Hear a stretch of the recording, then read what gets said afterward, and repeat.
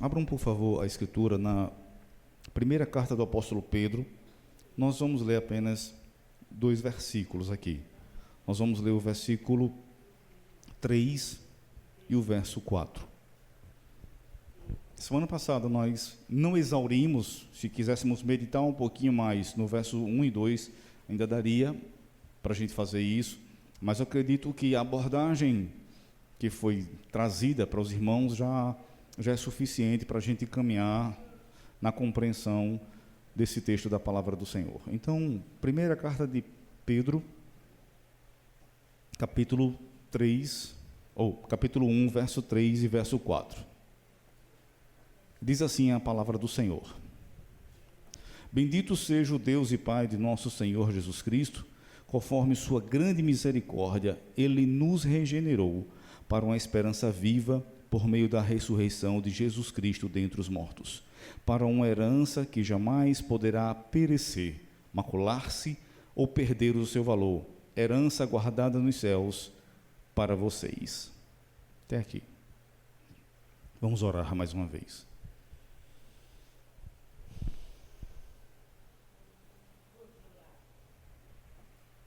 Tu és santo, Senhor, e o teu nome, Senhor, é santo, e as tuas vestes são santas, e tudo o que o Senhor faz é bom, perfeito e agradável.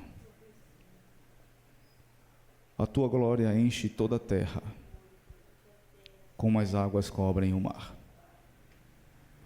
Vemos, Senhor, o teu grande e imenso poder, desde a mais simples flor, que o homem não consegue reproduzir,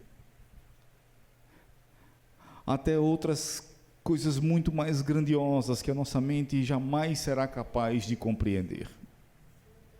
Por isso, Senhor, nós podemos repetir as palavras que diz: ó profundidade das riquezas, tanto da sabedoria quanto do conhecimento. Louvado seja o teu nome, Senhor.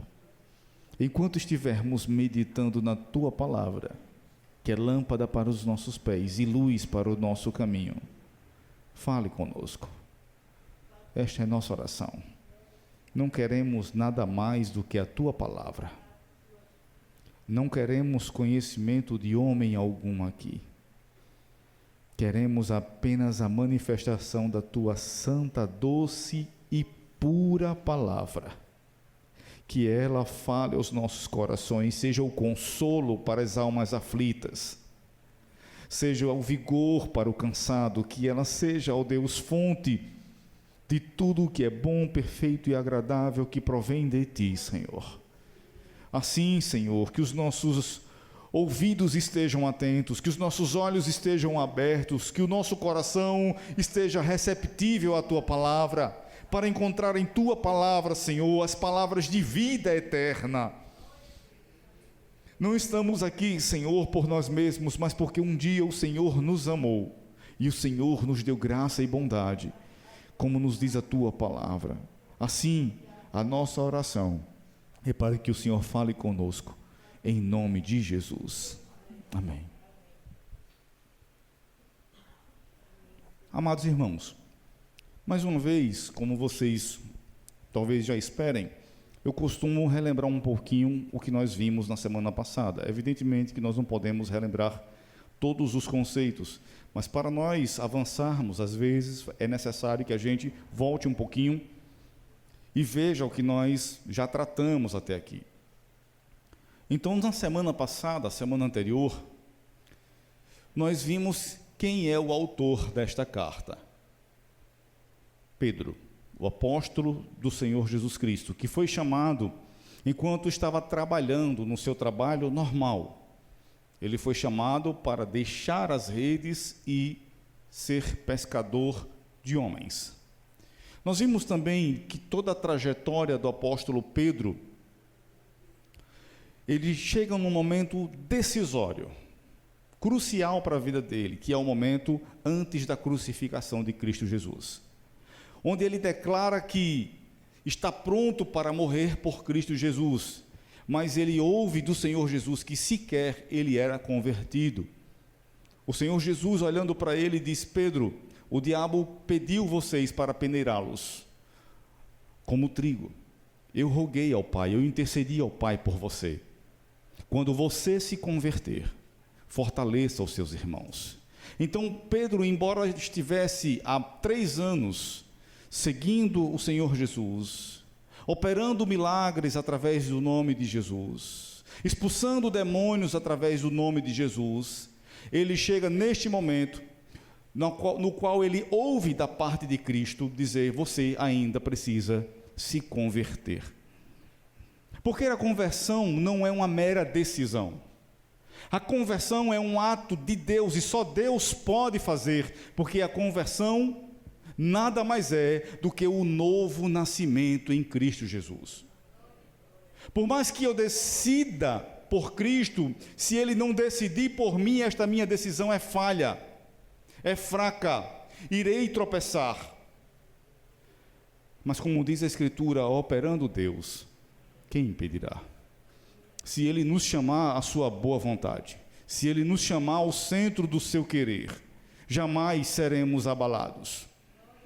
Assim, Pedro, embora com suas dificuldades, embora tenha atentado contra a vida de um homem que queria prender a Cristo Jesus, ele é restaurado e o próprio Espírito Santo o converte numa nova criatura, de forma que agora ele verdadeiramente está pronto a morrer por Cristo Jesus, e a sua trajetória de vida é sim para a cruz. E lá ele glorificou o Senhor Jesus, através da morte que estava destinado a padecer. Nós vemos também qual era a sua vocação. Ele se coloca como apóstolo, e aqui a palavra apóstolo, nós já sabemos que significa emissário, um delegado, alguém enviado por uma autoridade. Ele não se coloca como a autoridade em si mesma, como alguns se colocam, dizendo que são os vigários de Cristo, no lugar de Cristo. É impossível que homem algum ocupe esta posição de Cristo Jesus. O máximo que nós podemos ser é servos de Cristo. Este é o maior de todos os cargos que qualquer pessoa pode galgar, é ser servo de Cristo Jesus. Nós não somos mais nada do que isso. Nós vimos também quem são os destinatários desta epístola, que tanto Pedro quanto Paulo chamam de eleitos. E nós vemos que esta eleição, que é feita na minha vida e na sua vida, é Deus escolhendo a mim e a você para servi-lo. É Deus quem opera em nós o querer e o realizar. Ele é o autor, aquele que inicia, aquele que cria, e o consumador da nossa fé. É Ele que vai nos persuadindo a servi-lo. Talvez seja no momento em que você ligue o rádio e alguém esteja falando e aquela palavra toca ao seu coração. Ou talvez você esteja passando por uma esquina e uma canção esteja tocando e aquela canção toca no seu coração. Ou simplesmente quando alguém olha para você e sorri e diz Deus é bom, e você diz verdadeiramente Deus é bom. Seja como for, é Ele, o próprio Deus, que nos cerca por todos os lados, porque Ele nos elegeu antes da criação do mundo, antes da fundação do mundo. Antes dele dizer haja luz, Ele disse: eu salvarei Luciano, eu salvarei Cássia, Josete. A todos Ele chama pelo nome. Antes dele dizer haja luz, Ele já havia nos escolhido em Cristo Jesus. De forma que nós compreendemos, irmãos, que Cristo, a vinda de Cristo, não é um plano B, porque o plano A deu errado. O plano de Deus sempre foi revelar o seu amor e a sua perfeição em Cristo Jesus. E nós somos o objeto deste amor, nós somos os beneficiários deste amor. Recebemos este amor e esta graça da parte de Deus através da sua santa eleição, do seu santo chamado, que nos escolheu antes da criação do mundo. E para que Ele nos escolheu? Para vivermos uma vida de toda forma, sem propósito, para chegar no domingo e continuar a vida normal na segunda, Não. Pedro declara: peregrinos escolhidos para a obediência em Jesus Cristo. Quando Ele nos escolheu antes da fundação do mundo, Ele nos escolheu para sermos obedientes a Jesus Cristo, para sermos conforme a imagem do Filho do seu amor, para que eu e você pudéssemos ser moldados pelo caráter de Cristo Jesus, amar a Deus sobre todas as coisas, amar o próximo, negarmos a nós mesmos, a nossa própria vontade, o nosso próprio querer, tudo por amor a Cristo Jesus. Nós fomos escolhidos para isto. Não fomos escolhidos para viver uma vida de qualquer forma. Não. Fomos escolhidos para vivermos uma vida de obediência e santidade a Jesus Cristo, o nosso Senhor. Nesta passagem, queridos, temos algumas divisões. E pretendo tratar, nesses 2 versículos, estas divisões. E peço que você atentamente me acompanhe a cada uma destas divisões. A primeira delas é que Pedro inicia uma adoração. As Bíblias mais antigas talvez colocam assim, doxologia, um título, porque doxologia é adoração, certo? É uma adoração, é uma palavra de adoração. Ele diz: bendito seja o Deus e Pai de nosso Senhor Jesus Cristo. Ele começa adorando, porque a adoração sincera e legítima é a expressão de um coração que, reconhecendo o seu estado deplorável, se dobrou à vontade de Deus. Só pode adorar a Deus legitimamente aquele que conheceu primeiro o seu estado deplorável e se dobrou à vontade de Deus. Se você pedir para o ChatGPT fazer uma palavra de adoração, ele vai escrever palavras lindas, belíssimas, mas não será adoração, pois ele não tem coração para se dobrar ao Senhor. E se você vier aqui e ler essas palavras sem sentido no seu coração, isto não é uma adoração. A adoração é a expressão de um coração que se dobrou diante da vontade do Deus Todo-Poderoso. O verdadeiro adorador não adora por obrigação, mas voluntariamente se curva diante de Deus e se alegra em fazê-lo, pois não há prazer que possa assim ser comparado. Adorar a Deus não é um peso, é uma alegria, é um gozo, é um refrigério. Adorar a Deus não é nada dificultoso, é muito pelo contrário, é algo prazeroso. Quando nós dizemos que Deus é bom, que dizemos glória a Deus, louvado seja o nome do Senhor, se o fazemos legitimamente, se o fazemos com um coração voltado para o Senhor, isso nos traz libertação, isso nos traz refrigério, isso nos traz alegria e gozo e paz da parte de Deus. A palavra do Senhor nos diz: Deus é Espírito, e importa que os que o adorem em espírito e em verdade. E nós temos o exemplo, Atos capítulo 16, verso 25, o exemplo de Paulo e Silas. Perto da meia-noite, Paulo e Silas oravam e cantavam hinos a Deus, e os outros presos os escutavam. Vocês sabem que eles haviam sido espancados, a hora já era tarde, já estava avançada a noite, mas mesmo assim eles louvavam, eles adoravam, porque um adorador o adora voluntariamente, o faz por refrigério, não é nada pesaroso no seu coração. Adorar a Deus é um prazer, é um querer extraordinário, é maravilhoso para Ele, traz paz e consolo ao seu coração, simplesmente por adorar a Deus. E o salmista declara: bendize, ó minha alma, ao Senhor. Completem. E tudo que é em mim. Podemos melhorar? Eu começo, vocês terminam, tá bom? Bendize, ó minha alma, ao Senhor.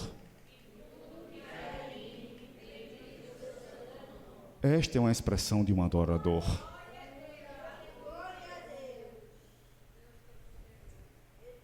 Abacuque também declara: porquanto, veja, a adoração não depende das circunstâncias, muito pelo contrário, quem adora por conta das circunstâncias não sabe o que é adorar a Deus em espírito e em verdade. Por isso Abacuque declara: ainda que a figueira não floresça, nem haja fruto na vide, o produto da oliveira minta, e os campos não produzam mantimento, as ovelhas na malhada sejam arrebatadas, e nos currais não hajam vacas, todavia eu me alegrarei no Senhor, Ele é a fonte da minha alegria, adorá-lo é mais do que suficiente.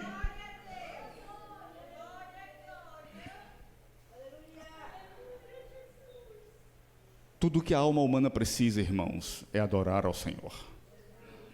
Enquanto adoramos, Ele resolve todas as coisas. Eu não estou dizendo que Ele imediatamente nos cura. Eu não estou dizendo que Ele vai pagar nossas contas. Eu não estou dizendo isso.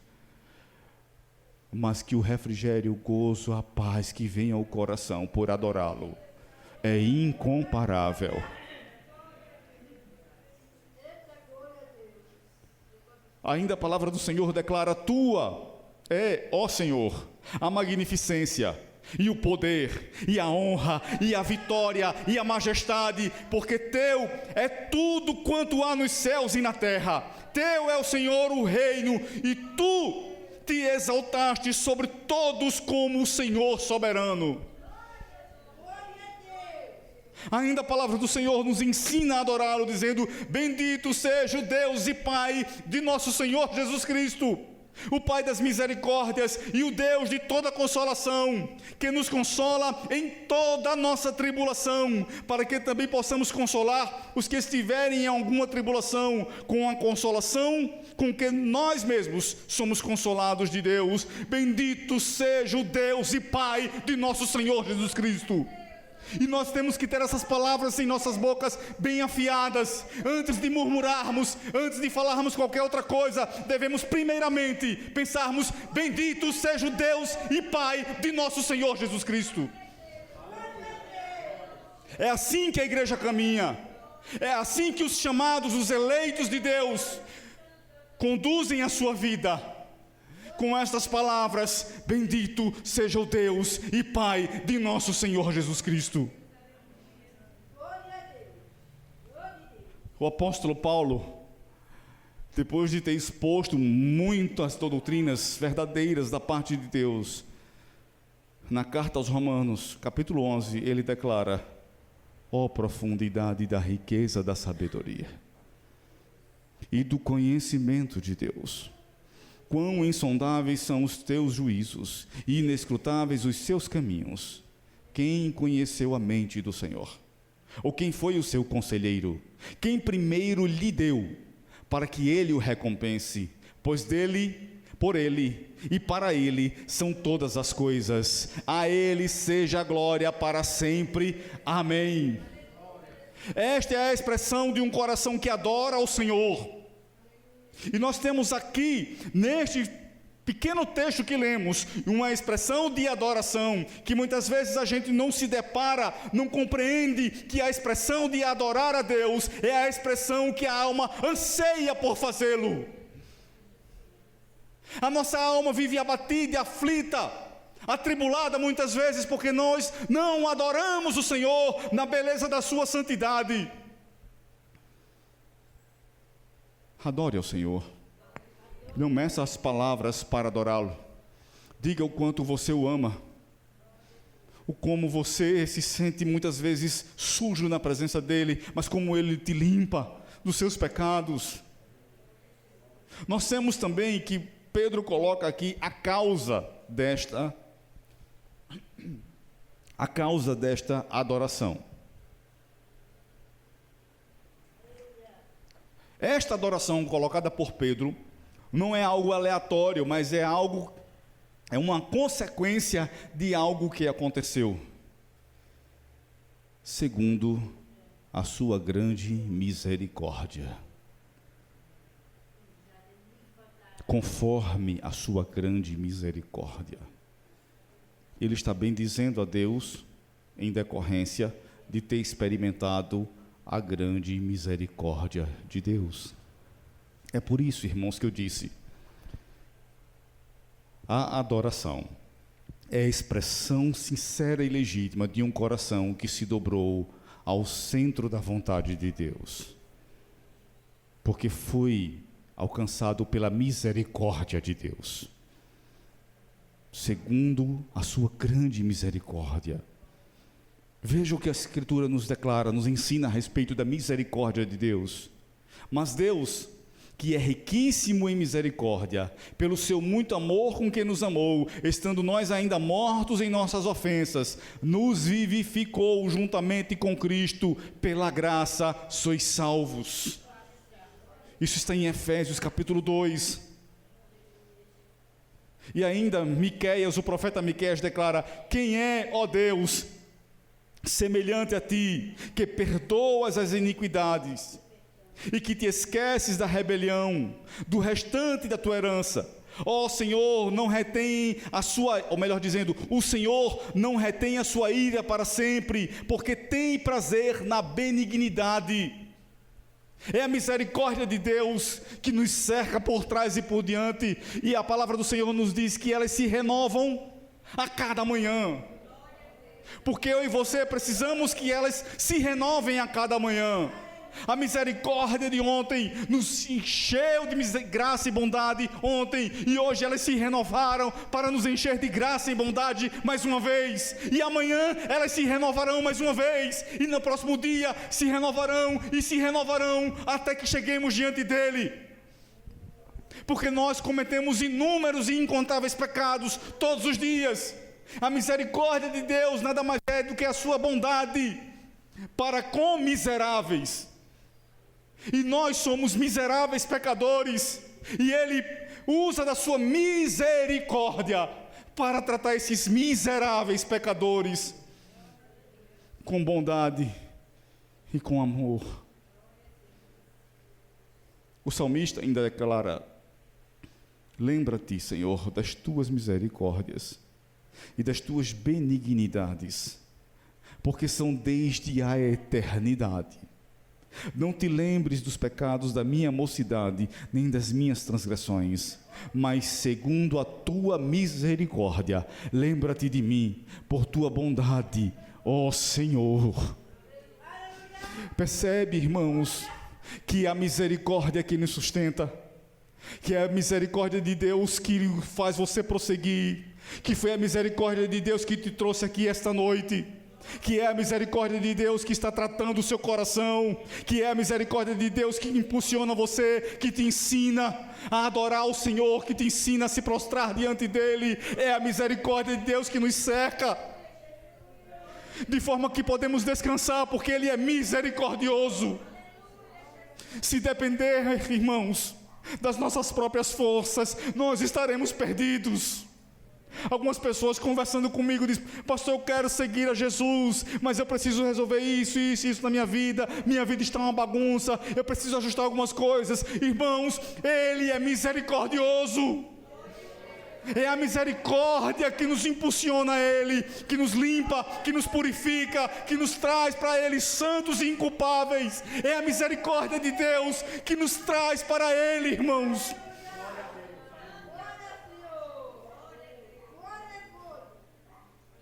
E quando nós experimentamos esta misericórdia, a nossa vida muda por completo.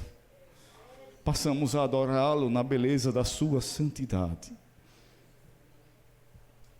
Pedro também mostra o resultado desta misericórdia. Ela simplesmente não é algo que acontece.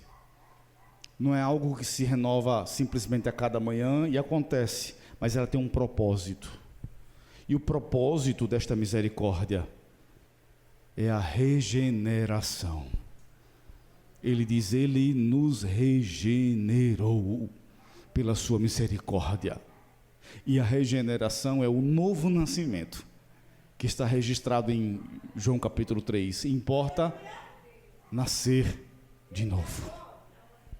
É esta misericórdia que nos faz nascer de novo em Cristo Jesus. Paulo, escrevendo a Tito, declara: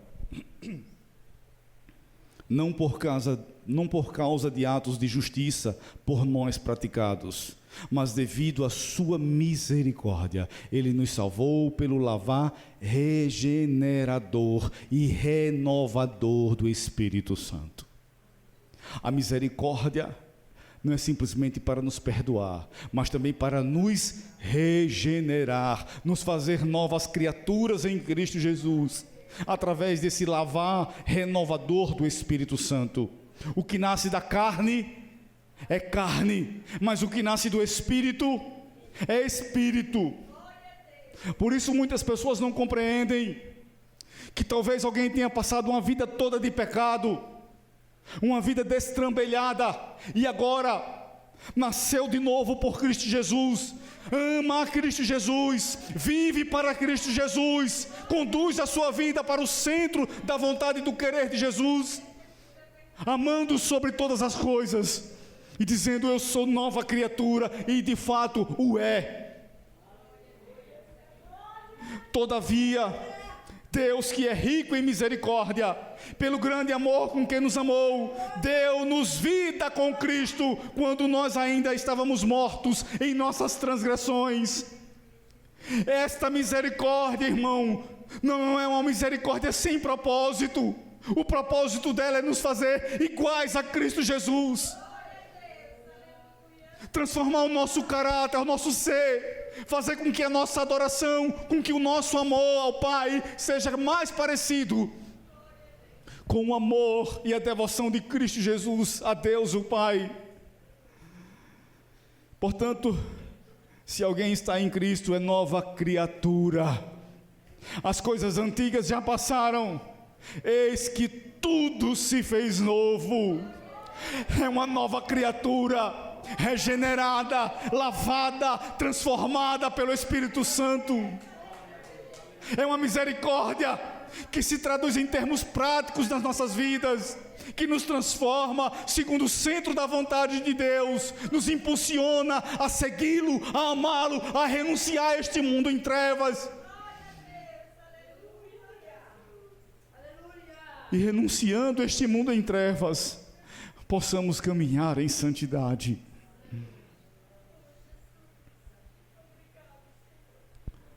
Todo aquele que é nascido de Deus não pratica o pecado, porque a semente de Deus permanece nele. E ele não pode estar no pecado, porque é nascido de Deus. Deixe-me explicar algo simples, você já sabe disto, mas acredito que vale a pena ressaltar. Existe uma diferença básica entre gerar e criar. Veja, eu só posso gerar algo semelhante a mim. Eu só gero aquilo que é semelhante a mim. Eu gerei Lucas, geramos, eu e Flávia, Lucas e Maria Clara. Joyce e Fernando geraram Fernanda. E cada um dos pais e das mães aqui gerou aquilo que é semelhante, saiu de si e é igual a si mesmo. É nisto que Cristo Jesus é com o Pai. Claro, tem alguma diferença ainda, que ele é eternamente gerado. Mas quanto a mim e a você, inicialmente nós fomos feitos criação de Deus. Em certo sentido, todos são filhos de Deus, pois foram criados por Ele.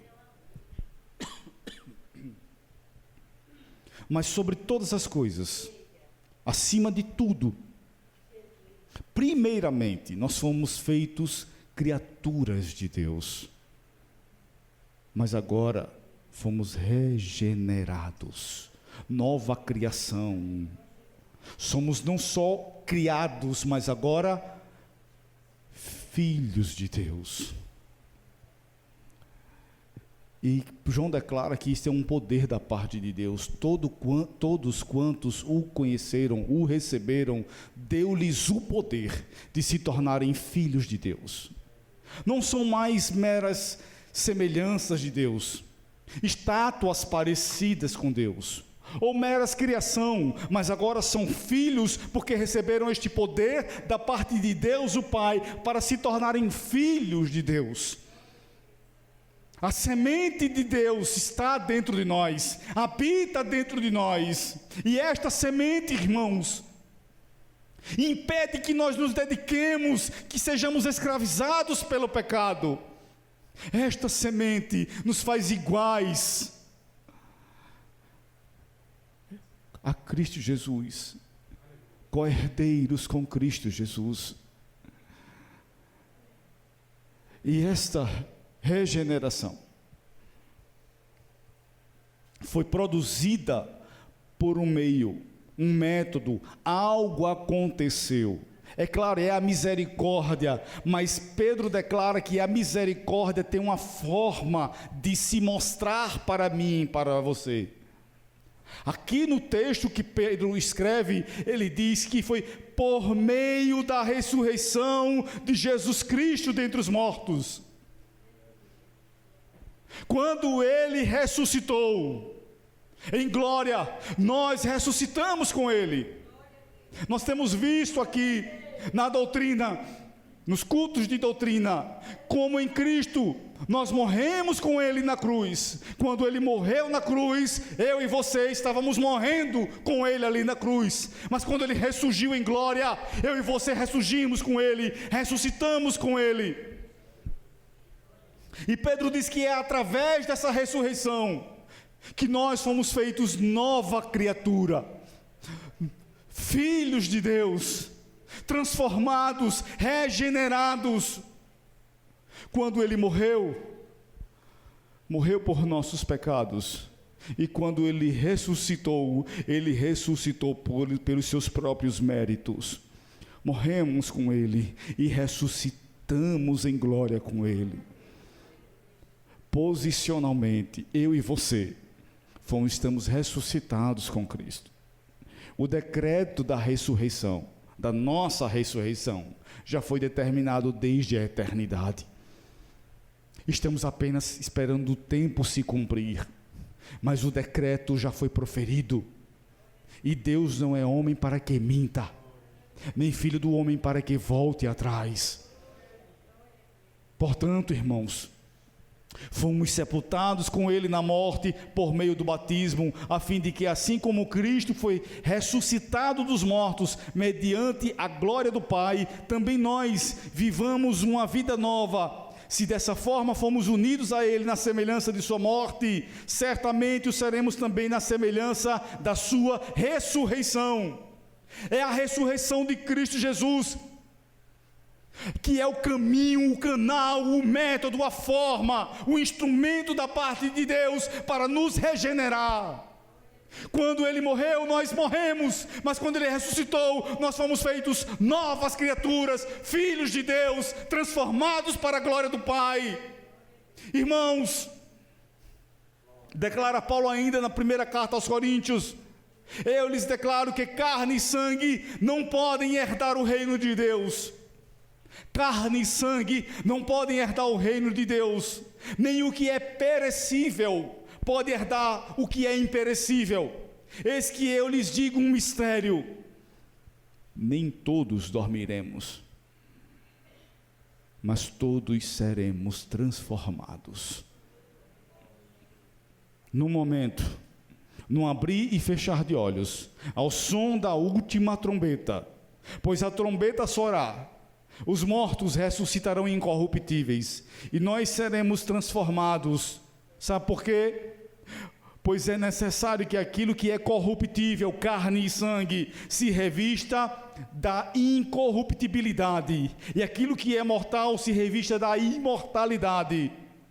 Quando, porém, o que é corruptível se revestir da incorruptibilidade, e o que é mortal da imortalidade, então se cumprirá a palavra que está escrita: a morte foi destruída pela vitória. Cristo Jesus, quando ressuscitou, nos fez novas criaturas, novos filhos, nova criação, regenerados para a glória do Pai. É a ressurreição dele, que já foi tantas vezes contestada ao longo da história.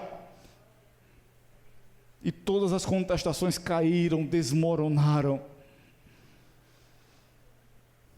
É através desta ressurreição, irmãos, que a nossa vitória se completa. Nós não temos uma fé morta, mas é uma fé viva, porque Ele ressuscitou. Ele ressuscitou. Veja o que Paulo ainda escreve aos Filipenses: aguardo ansiosamente e espero que em nada serei envergonhado.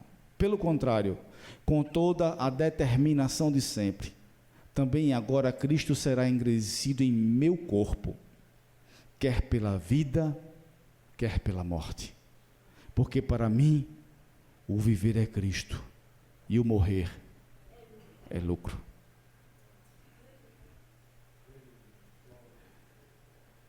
Apenas um adorador que foi regenerado pode não só dizer, mas viver desta forma. Viver é Cristo. Viver não é Instagram, viver não é Netflix, viver não é Bolsonaro, muito menos Lula. Viver é Cristo. E o morrer? O morrer é ser recebido na glória eterna. Morrer é lucro.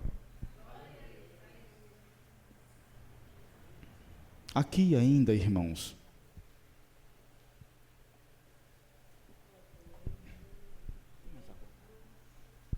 pode pegar um pouquinho dela, irmão.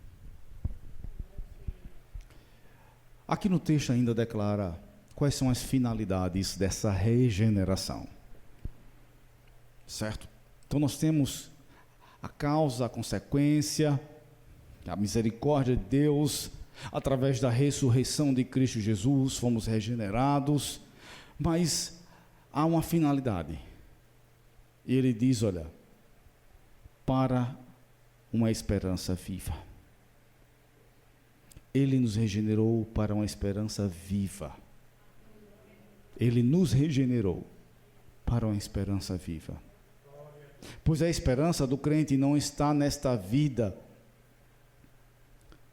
muito menos sujeita à morte. Mas a esperança do crente está no reino eterno de Cristo.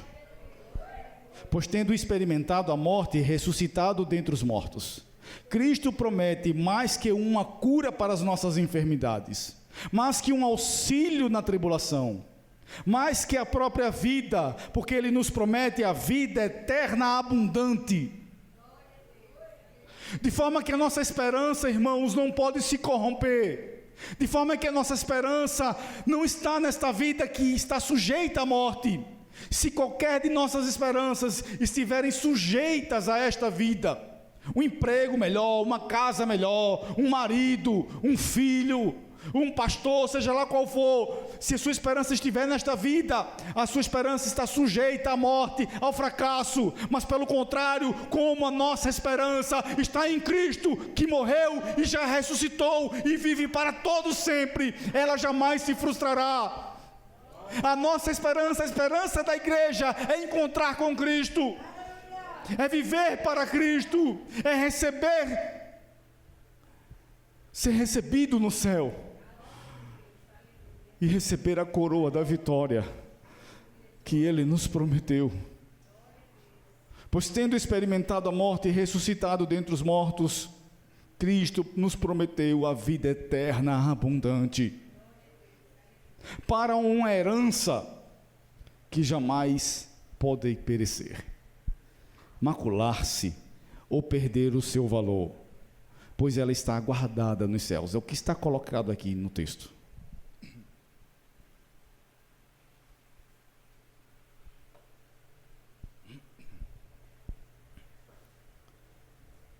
Imperecível.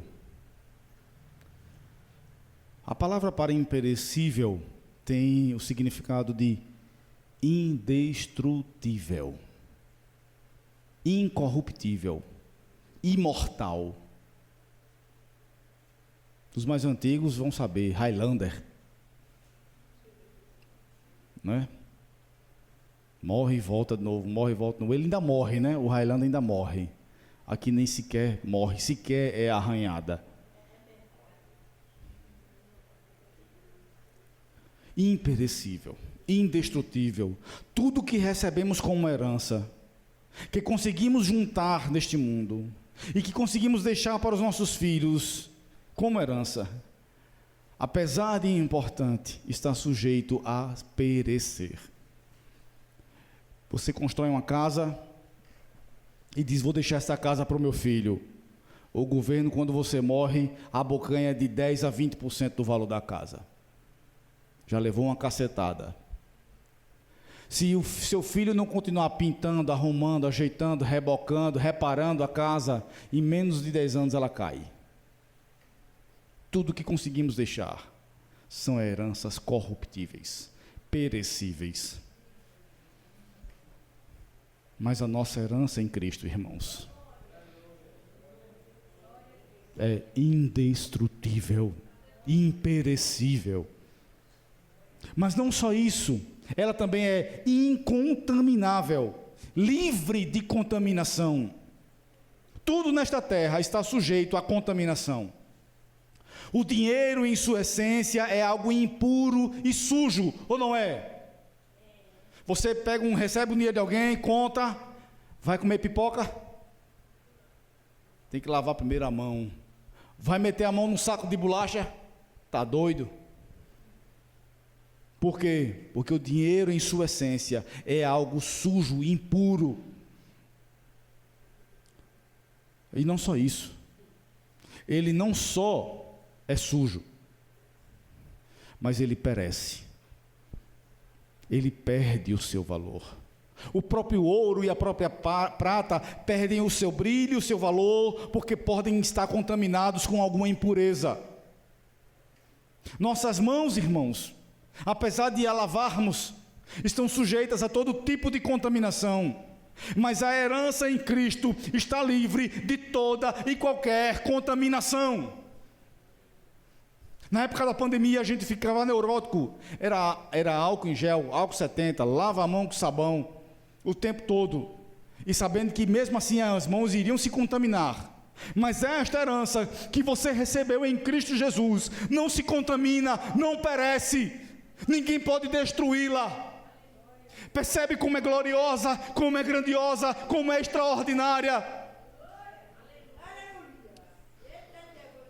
É uma promessa extraordinária, irmãos. Ele declara que não perde o seu valor. As coisas e os bens estão sujeitos a perderem seus valores, seja pela inflação, seja pela desvalorização da moeda, seja pela degradação, seja pela depreciação.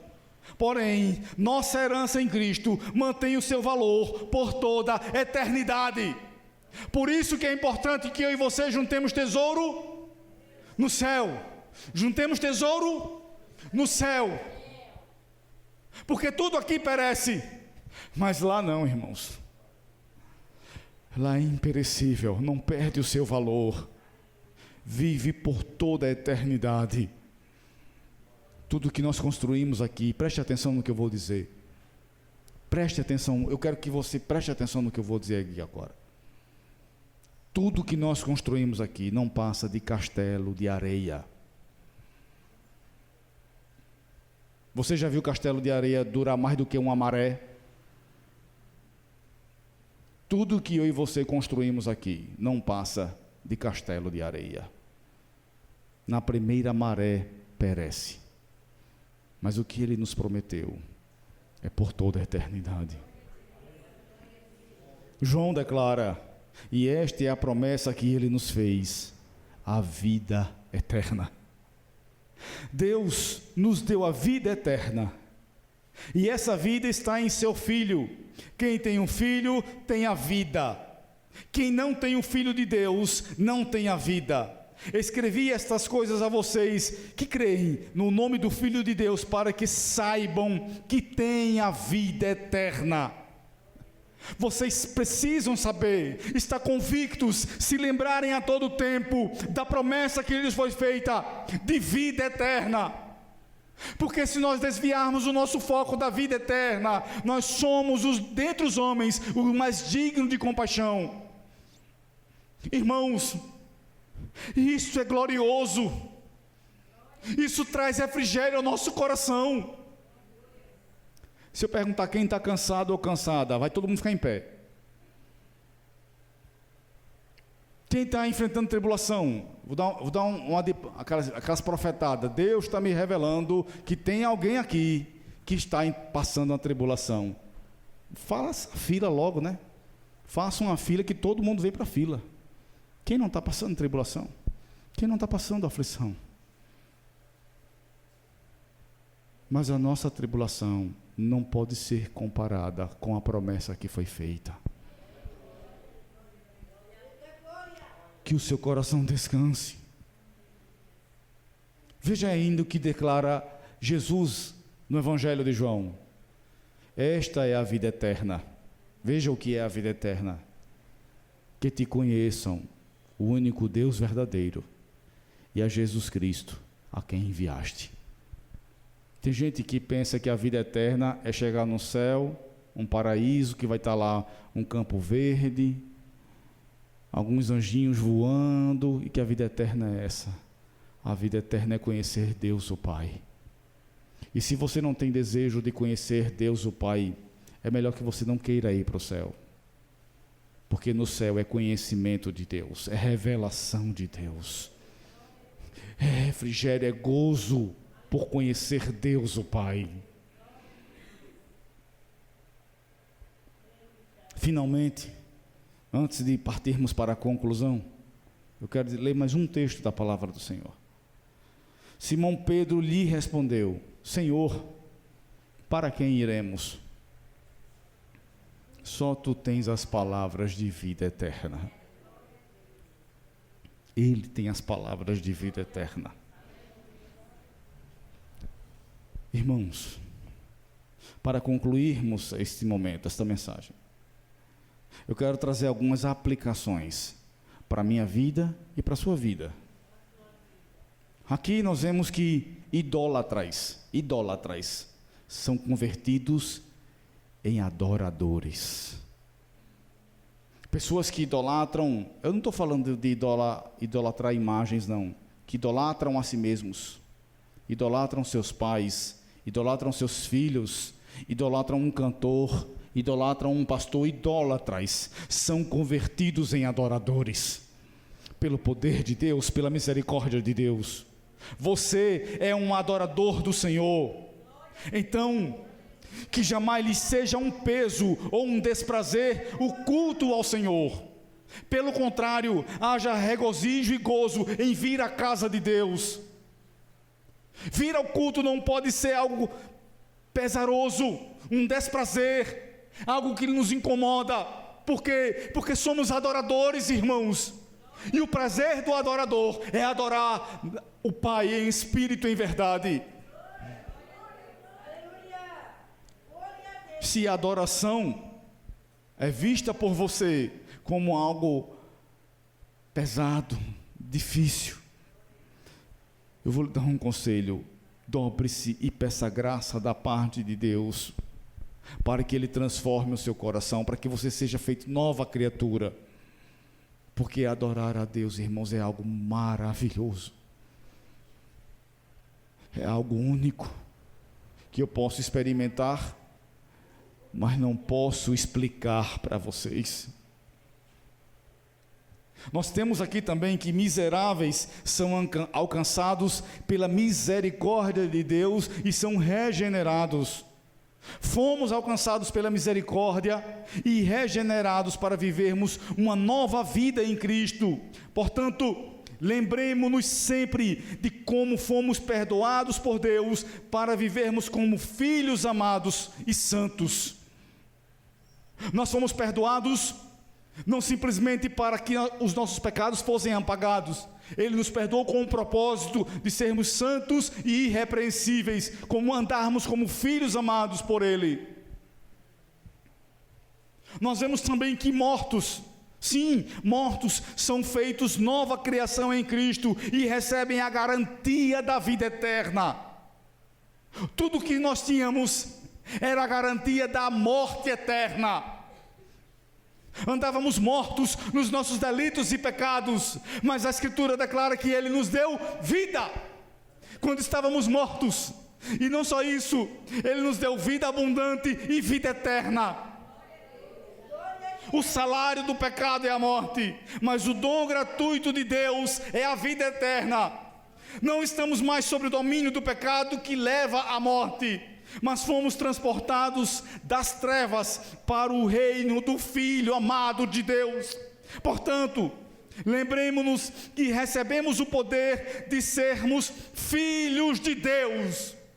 O poder que nós recebemos talvez não seja de curar enfermidades ou de expulsar demônios imediatamente. Ele nos prometeu tudo isso, mas o poder que nós recebemos excede a tudo isso, transborda tudo isso, é para além de tudo isso. É o poder de ser transformados filhos de Deus. Pense num animalzinho de estimação, um gatinho, um cachorro. Por mais amor que você tenha, ele nunca será igual a você. Nunca será exatamente um da família. Ele não pode herdar nada, porque ele não passa de um animal de estimação. Agora pense na possibilidade de ser concedido um poder, para que de repente aquele pet, aquele animal de estimação, fosse transformado tal qual você é. Foi isso que Deus fez em nossas vidas. Foi isso que foi operado. Nós éramos apenas criação. Pobres pecadores são feitos co-herdeiros de Cristo. Sim, pobres, nós não tínhamos nada. Fomos feitos co-herdeiros de Cristo para uma herança imperecível, incontaminável e que não perde o seu valor. Nosso labor e cansaço para angariarmos bens e nossa preocupação para deixar herança para outros deve dar lugar à promessa de uma herança maravilhosa e extraordinária como esta. É isto que Pedro está tratando nestes versos que lemos.